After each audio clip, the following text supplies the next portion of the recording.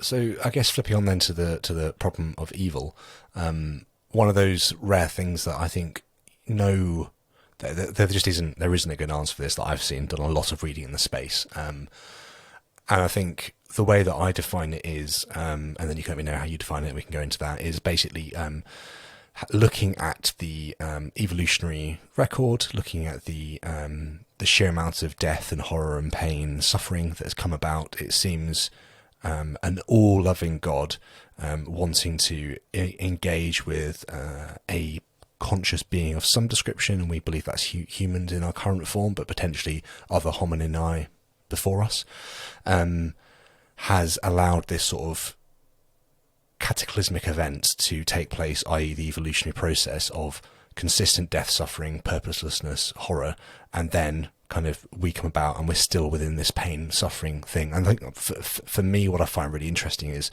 I'm not a big proponent of it, but I really find the idea of stuff like antinatalism to be actually quite a good way to look at the problem of evil, because an antinatalist would turn around and say, you know, the value one gets from life isn't worth against the sort of debt you get from the suffering doesn't pay enough. There isn't enough worth against the enough worth in pleasures and enjoyment against the debt of suffering and pain that one experiences. Therefore, is it right to bring humans into the world? And actually, potentially not. If you're an antinatalist, I'm not saying I am. I just find it an interesting puzzle piece, as we've been mentioning, to look at the problem of suffering. Because if we are saying that even just on an individual basis, the suffering doesn't outweigh or doesn't help towards the pain doesn't outweigh the suffering, basically, then that's interesting. But also the sort of, you know, evolutionary span I find to be one of extreme horror and suffering, until we even get to some conscious being that would be viewed as being able to engage with a god. So that's how I view it. But obviously, Philip, you're the one writing the book. How do you define it and how do you explore it?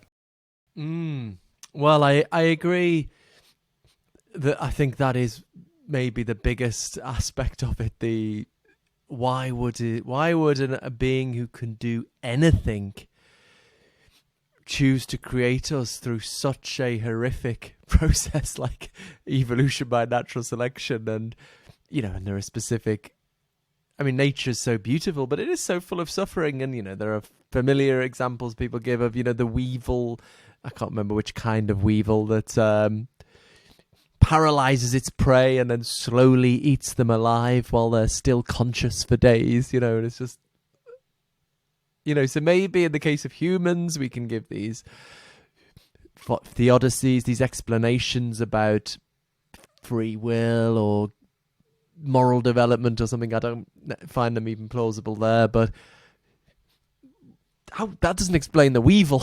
You know, I don't know. Or it just, on the face of it, it seems, I mean, so the way I set it up, so there are these debates about the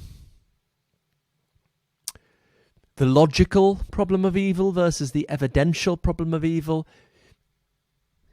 So in the old days, people used to try and show that the existence of evil was logically inconsistent with the existence of God. And then there was a move, partly the influence of Alvin Plantinga, to say that's a bit too strong, you know, that we can't know with logical certainty that God doesn't have reasons for allowing evil. All we can say is, you know, probably there wouldn't be any good reasons. Probably God doesn't exist. The way I set it up is slightly different to either. I start with what I call the cosmic sin intuition in my new book, which is the intuition that it would be immoral for an all-powerful being to create a universe like this. That's the intuition with it. And I make it vivid by coming back to the simulation hypothesis. So let's say in the future it is possible to quite easily to create simulated universes, and let's say, for the sake of discussion, simulated creatures are conscious. Presumably, if the civilization was reasonably civilized, they would have ethical boards to determine when you can, you know, create a universe. If you have to apply for them if you want to create a universe for some experimental purpose. And suppose someone, you know, says, "Oh, I'm going to create a universe, a simulated universe like the one we live in." I think the ethics board would say, What, are you joking? What, with all, look, there's hurricanes and suffering and weevils eating. What? That's terrible. You can't create that. And they could try and say the things Richard Swinburne or says, but creatures would morally develop, and I think they'd laugh them out of the office. So how does this fit in? So I'm not saying we know with logical certainty the this cosmic sin intuition that it's wrong, but it would be wrong for an all-powerful being to create a universe like this. But it seems to me a pretty solid intuition. That's all, as solid as any other moral intuition, and I think is very good reason to believe it. Even though we can't know for certain, maybe there's factors we are not open to us. But all we can ever do is, like any moral proposition, try and make the best guess we can, and it seems pretty solid to me. And it does logically rule out God. If that proposition is true, that it would be immoral for an all-powerful being to create a universe like this, that does logically entail. So I don't know with logical certainty there's no God, because I don't know with logical certainty that proposition is true. But if it's true, it logically follows God doesn't exist. But just finally, I mean, you can comment on that if you like, but just finally on the antinatalism issue, I also discuss. I start off my book talking about antinatalism, which is fascinating and depressing, but that actually does make a difference to the God of limited powers possibility. So the God of limited powers possibility is, the idea would be the omnigod it can't exist because the omnigod could have created a better universe, right?